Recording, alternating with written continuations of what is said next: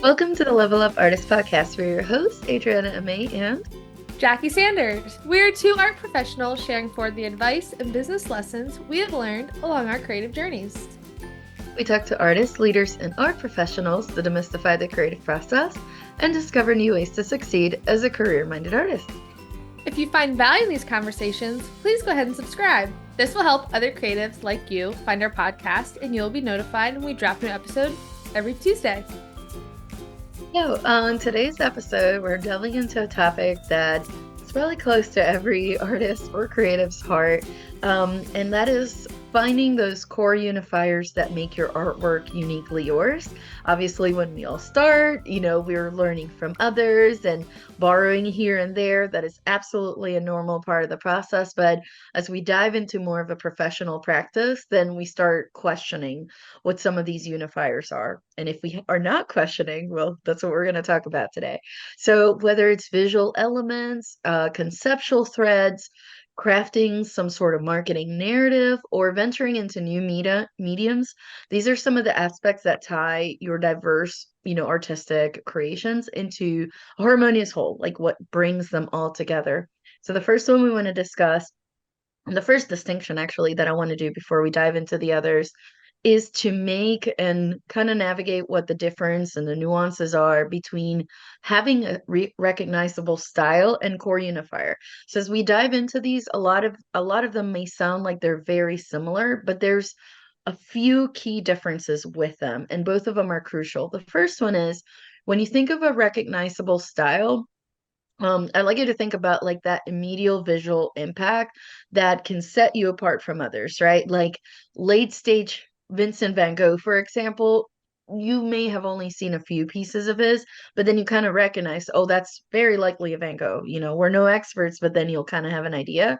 And then some of the other core unifiers could be things that go beyond the visual, um, where they delve into the conceptual, narrative, holistic aspects of the art. So you may have like another traditional artist that perhaps like they are specifically into, let's say, Degas and the ballerinas, right? Like you look and it's like all ballerinas, and then you're like, it's not just a style at this point. Now there's like a theme going on as well. So those are some of them, but they're not all necessarily just style. Yeah, exactly. And I think that's the key difference, though, too, is that difference between evolution versus static elements in your style, because your style will inevitably evolve over time. What you make and how you make it on your first day, picking up, let's say, a paintbrush, is going to be very different than 2 years, 5 years, 10 years down the line. But you have those core unifiers that provide that stable foundation as you evolve. So even as your style evolves, you'll still be able to see elements of what you're making now in previous pieces that you made, or pieces that you're making now, there's going to be tie-throughs to the future pieces that you have, which is another key element of making sure that there's an adaptability to your style. So in addition to those core unifiers, you have wiggle room to play and explore and experiment with various visual styles while still maintaining that cohesive identity of who you are as an artist. Which brings me to that idea of visual unifiers. So, this is what a lot of artists talk about when they say, like, well, I haven't found my style yet. That's like a big comment from emerging artists and even established artists throughout their career. Like, what is my style when you're in that uh, listening to the voices in your head of like, who am I? What am I making? What am I doing? Those moments that we have as an artist, it typically comes back to the cohesive visual unifiers. Because I'm not sure if you guys have recognized there are some artists, even if they, let's say a painter, if they paint completely different subject matters, you can still tell that they did this landscape and this portrait and this abstract painting, right? You're like, I don't know how, because the subject matter is all different, but their visual style is the same. And that's the secret between keeping it. So, elements that you can use to explore that are things like a consistent color palette. Maybe they use specific colors that tie together in their piece. Maybe they use super, super saturated bright colors, or maybe they have a more muted palette. So no matter what subject matter they're painting, if they're using the same color palette, it's visually cohesive together if you were to have them all in a room together or all on an Instagram feed. Another thing to think about is having signature motifs. So maybe there's a reoccurring symbol or a theme that is kind of the artist's trademark, so to speak. It could be, especially in abstract paintings, maybe a specific mark making pattern. Maybe it's a specific subject matter in, let's say, realism painting. But that signature thing that you say, oh, I know it's a so-and-so painting because it has these signature motifs in it. Yeah, and I just recently saw in a couple galleries some examples of artists that were using that. One of them, can't think of the name right now, I apologize, but he hides a miniature beagle that he paints into all his works, which have nothing to do with dogs. So it might be in a leaf, and then you look real close, and there's like this tiny little beagle painted in and camouflaged. And then I also know other artists that will do things like they'll either have like a red thread or they'll have birds. There's always a bird in the painting somewhere. It could be a tiny bird, but there's always a bird in there somewhere. So there's some things to think about. Also, there's like actual style elements, right? Where you're thinking about brush stroke techniques, composition. There's something very consistent about it. Like going again to say some of the impressionists, like some of them like to lay that paint on really thick, right? Versus there's other artists we know where the paintings look almost printed because there is essentially no brushstroke to it. They're so smooth. So those are some things that like start to become, recognizable, of course. There's also medium harmony is another one to think about where you can explore how the chosen medium can contribute to the overall visual unity of the body of work. So some artists, for example, might be painters, but then they might always put in a little bit of collage, or they may always add a little bit of like maybe they do super glossy paintings or do foil as part of what they're using in it. So it goes beyond the style at this point. Now there's other things that they're using on purpose to tie it together, which I love that because I don't know, it's one of those things where, at first whenever we're all starting out, we show other people, and especially if we're showing other artists, like I did all these things, it feels like a completely different person. And a lot of times, it takes that trained eye from a friend, sometimes an untrained eye from a friend as well, where they'll say, well, you always do this color, or you always do this metallic thing, or you always, it kind of helps you put it together. Because they're seeing the visual piece, right? Now, diving a little bit deeper is when you start going into the conceptual side of it and seeing how that meaning is kind of threaded into the artistic narrative that you're trying to share. And at this point, yes, seeing it has a color, it has foil, it has, whatever it is, that's all about like what people can see. But then the conceptual unifiers are the parts where it's like, what is it bringing it all together? How are they connected in a more profound way? Because if all it is was, let's say if all it was visual and you're just iterating and or regurgitating existing pieces over and over, in a way that looks visually cohesive, it's going to end up being shallow over time, right? There's not a lot to dig in. But if there's a little bit more in there, perhaps there's a narrative theme, right? A recurring story or a concept that you want to resonate around the body of work, or maybe there's an emotional one or mood you want to consistently appear. I'm sure we've all seen artists that will do like, there's always a chair in the image for whatever reason. And we're not saying the same chair at this point. We're saying maybe all the paintings are about chairs, different chairs, but or seating, implements, or they're always sad. Like there's always like the sad mood to it or a very happy mood to it. But like it's those kind of things where sometimes it means that style-wise, they may not be as recognizable as the same artist necessarily, but then the theme of it, that's what brings them together, which is amazing. Yeah, exactly. And some, to your point, may be less obvious. It may be like a philosophical thread where they're unpacking maybe a specific concept from piece to piece. I know like my work specifically, all of my paintings, the titles are questions, which is definitely a core unifier in my work. So even as my style evolves and changes, maybe the themes of the questions change or the subject of the questions change, but that's a core unifier as the title, but also each of those paintings is unpacking those questions as the thread. And there's also elements with some artists, whether it's super zoomed out, universal idea, like a question that can apply to anyone, versus elements of personal symbolism too. Maybe the artist includes symbols that have personal significance that consistently show up in the artist's work, like the beagle, for example. I'm sure there's a personal significance or symbolism for either that beagle or beagles in general or dogs in general for that artist. But real quick, before we expand on this topic and the artist story, working on new mediums, we want to take a quick word from our sponsors.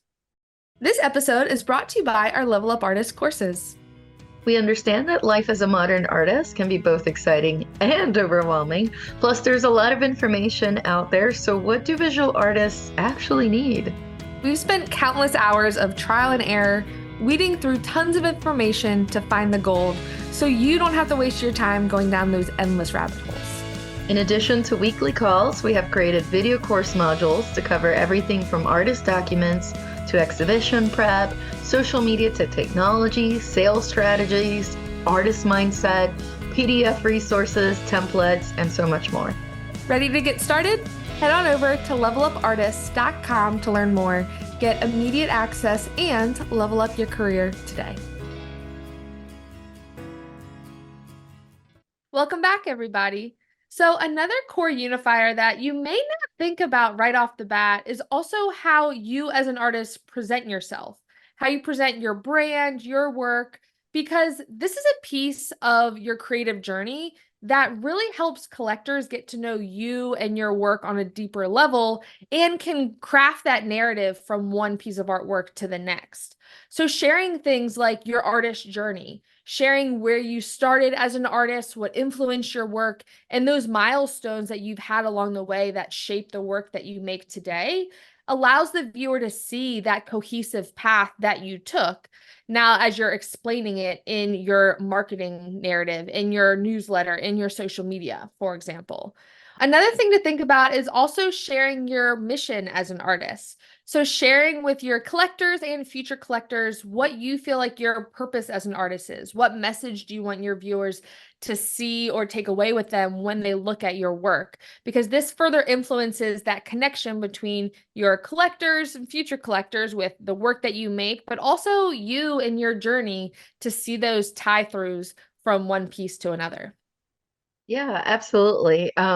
This also helps with your brand identity and helping to explore how your personal brand aligns with your artistic narrative. And what we mean by this is like if you present yourself as like this, tough, does motorcycles, loves rock, whatever, and your art is like about musicians, I mean, that's great alignment, right? But if there's kind of like a big difference between the two, then that might throw things off a little bit. And we always want to make sure, those threads always align with what your personal values are so that there isn't any kind of clash. This also helps with your connection with your audience. You know, for you to create that lasting, connection, it has to be authentic. And we're not talking about this not changing over time because it can, right?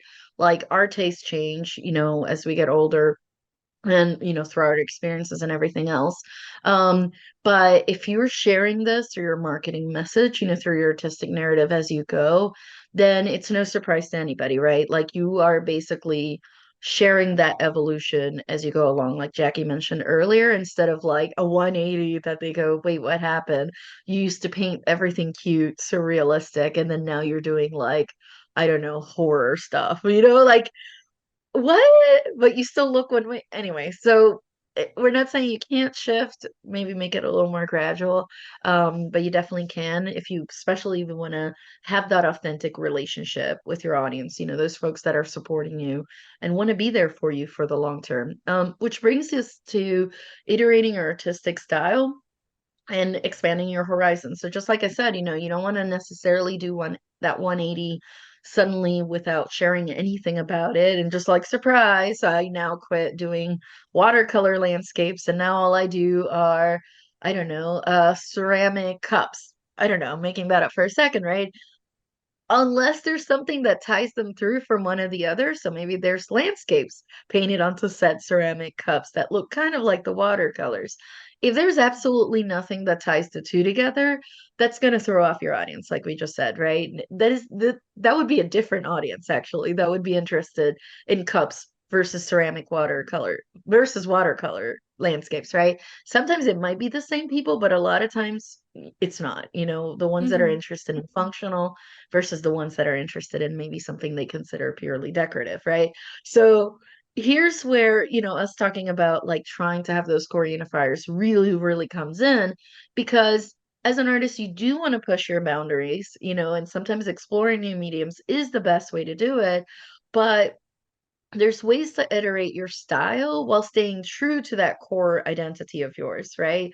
And by that, we mean, like, for example, trying to translate some of the visual elements that you're already using and trying to adapt them. Like in the example I just gave, if what you've become known for over the last, few months, years, whatever, is doing, beautiful, airy, kind of inspirational watercolor landscapes, and now you are trying to translate them into a new medium. How can you bring that over? How can you bring the theme over? Maybe some of that color palette, how we talked about earlier about visual unifiers. Like, how can you bring some of that through, even if you do eventually plan to stop doing the watercolor landscapes? That's fine, but how can you bring some of that over to your new medium? Or just expanded by having both, right? And having something that ties them together. And then there's also, that's the visual, there's also the conceptual exploration, right? So, how can you bring some of that over? Again, not just the theme, the visual theme itself, but what else was there that you were working on with that, in our example, the landscapes that you want to bring over to whatever your new medium is? And, keep it all at least as cohesive as you can. They don't have to look exact, but how can you tie them together? Yeah, and I think a helpful part for me at least is thinking of the marketing strategy. Let's say, for example, you do want to start exploring and experimenting with making ceramic cups in this example, but you've only done watercolor landscapes. Then there you can have a message that does them together. Of course, it's helpful if there's visual elements as well, but even from a marketing standpoint, you can tie in one of those things we talked about earlier of maybe a part of your personal journey that quote unquote like explains the pivot. Maybe you took this super profound trip abroad and were really inspired by the pottery there, and that kind of ignited a part of your creativity that you didn't have before. That's a very clear element of this is what I was doing. However, you can share the narrative as to why you're intentionally pivoting. Of course, that's a larger conversation of when you let your audience in to every offshoot exploration that you have as an artist, because we all have them. We all have shiny objects that we like exploring, which is a different conversation. But there's an element where you can talk about conceptually how do these two things feel connected to you. But also understanding that there is a learning curve to new mediums as well. We are huge advocates for expanding your horizons, experimenting, playing, and allowing your work to evolve as you feel it needs to, as you feel the drive to, but also understand that especially with new mediums, there's a huge learning curve to that. There's logistics of purchasing material themselves, learning the process, having a few experiments that you're going to learn a lot from, and the end product may not be something that a collector necessarily wants. Those are the ones in your studio that might not get on display at an exhibition. But acknowledging that learning curve with the new medium can be helpful too, and really telling of what are the concepts behind your work, what are those unifiers as they translate in a new medium. Yeah, absolutely. And a few easy prompts that I've seen before in the past for this is like, you know, an easy one is like try to identify like three elements in your work and in your existing medium that you present yourself with. One might be kind of like some of the ones we talked about earlier. So it might be a color that you specifically use. There might be some kind of gestural, stroke or movement that you always incorporate. And there might be something symbolic that you always include. So maybe you always use navy blue and always do the beagle, like in our little example. And there's some kind of landscape element in there somewhere based on where you live. How can you incorporate some of those into whatever new medium? Doesn't matter which one. How can you incorporate those in and see what happens, right? And like Jackie said, some things may just end up in the experiment pile, hidden away in the studio, not for consumption, and that is okay too. But as we wrap up, this conversation, just remember finding these core unifiers is a journey, not a destination, right? This is a normal part of the artistic process. They can also help with clarification and clarity for yourself in terms of like where you're going, what you're trying to portray visually, conceptually, etc. And this is something that evolves with you and evolves with your art. And as you identify these threads, it's also going to help you talk about your art, right? Like if a gallery is approaching you or you're approaching them, or you're speaking to collectors about your work, these are things that also help you with talking points. So definitely worth doing the work to dive into these topics, because ultimately it can only help you. So definitely look into that. But with that, we're going to go ahead and wrap up today's conversation, and we hope that you enjoyed this episode. As always, our blog will be linked in today's show notes, where you will find episode notes and links to all of our other podcast episodes. If you want to stay connected with us in between episodes, share your feedback, or have a question you would like for us to answer on the podcast, you can reach us through social media, MMA Art, across all platforms. And I'm at J Sanders Studio on all platforms. And if you want to follow the podcast, we are at Level Up Artists on Instagram. You can also visit levelupartist.com to get immediate access to templates, resources, and course modules to level up your creative career today. Thank you so much for listening. We'll talk to you next week.